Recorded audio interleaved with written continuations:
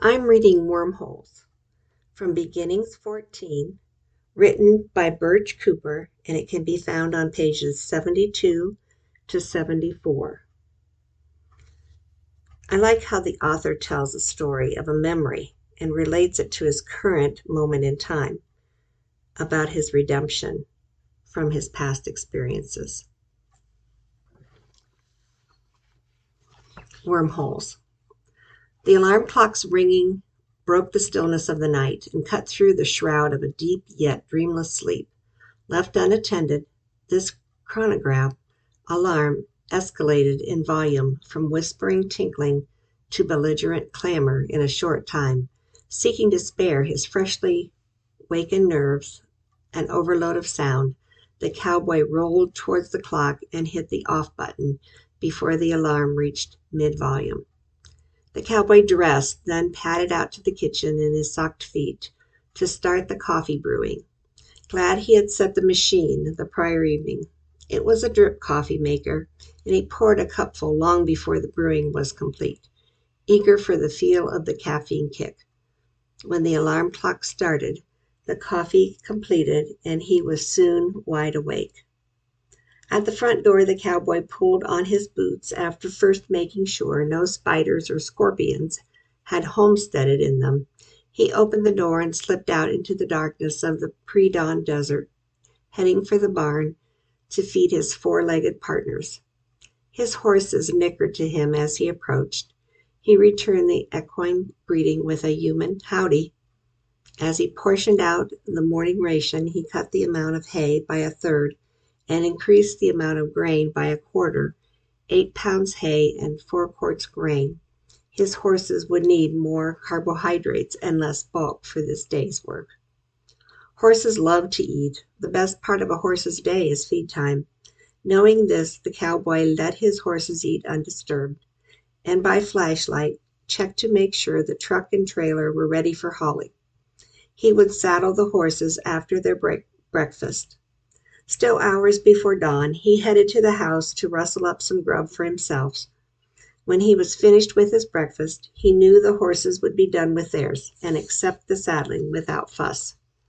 Still dark after breakfast, the cowboy saddled his horses, more by feel than sight, and loaded them in the trailer. He started the truck engine and eased down the long dirt road towards the target pasture, located 12 miles southeast of ranch headquarters. Target pasture was a practice bombing range the Army Air Corps used prior to World War II, and here or there could be still found practice bombs made of concrete.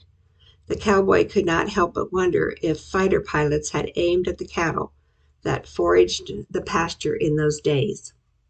The hint of sunrise made visible the steel water tank and drinker of the West Trap in target pasture. 4 more miles to the east fence, and the cowboy would meet up with his day hands. He arrived at the meeting site alone, but was soon joined by the first of 2 truckloads of day hands and their horses.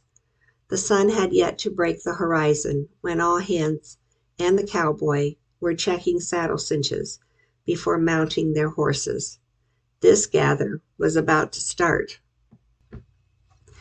As the sun broke the eastern skyline, the troop of horses and riders lined out in single file at a long trot with the cowboy in front of the column.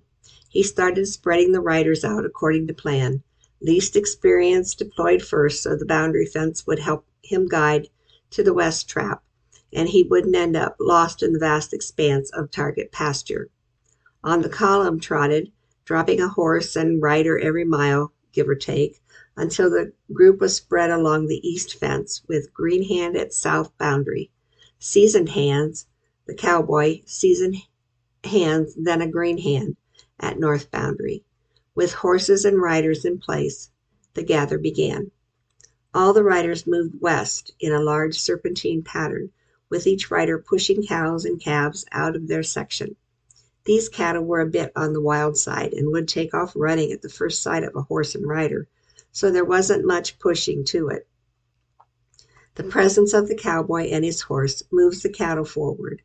The pattern continued, each rider crisscrossing his section, making visual contact with the riders to his left and then to his right, the cattle moving westward, away from them.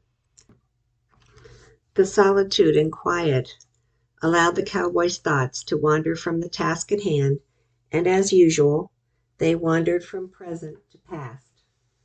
Wormholes, he thought to himself. He considered Albert Einstein's theory of time and space, folding like fabric in the pathways between the two dimensions. Wormholes, they were called, he had read somewhere. He was no physicist, to be sure, but he fancied his own personal time and space folded with conduits, connecting the here and now with the then and there. Wormholes is my reality, he thought to himself. He knew most folks called them memories. He used to hate them, these wormholes, for they would take him back to times of great pain and sorrow, of shame and guilt, of loss and regret. Countless times he was drawn inextricably into these portals to the past, reliving again and again the crashing end of his self-medicated exile from social norms. Through these wormholes, he relived the release from confinement and the early days of recovery, those first tentative steps from being taker to giver. The cowboy was grateful now, for recovery had given him tools to remove shame and guilt from his past and lessen the debilitating grip of regret. Oh, sure, there would always be some regret for opportunity lost and time wasted, but he was no longer held hostage by that. He knew that everyone shares some measure of pain, sorrow, and loss. He had learned the liberating truth in forgiving others, and finally himself. He no longer hated the wormholes. In fact, he used them to remind himself of what was and could be, and stay on course to what is and will be. He made the journey forward from his past, back to New Mexico desert grasslands, back to the day of hands and their horses, gathering the herd of cattle moving westward through the dust and heat. He realized that this moment, too, was but a fold in the fabric of his life, a memory, a wormhole. He journeyed on to the present, to the here and now. The cowboy opened the door of the house, and the crisp Ohio air nipped his cheeks. Soon he would be at school, in class with his fellow students. He is grateful. He is happy. He is hopeful. And he smiles, thinking of life's possibilities.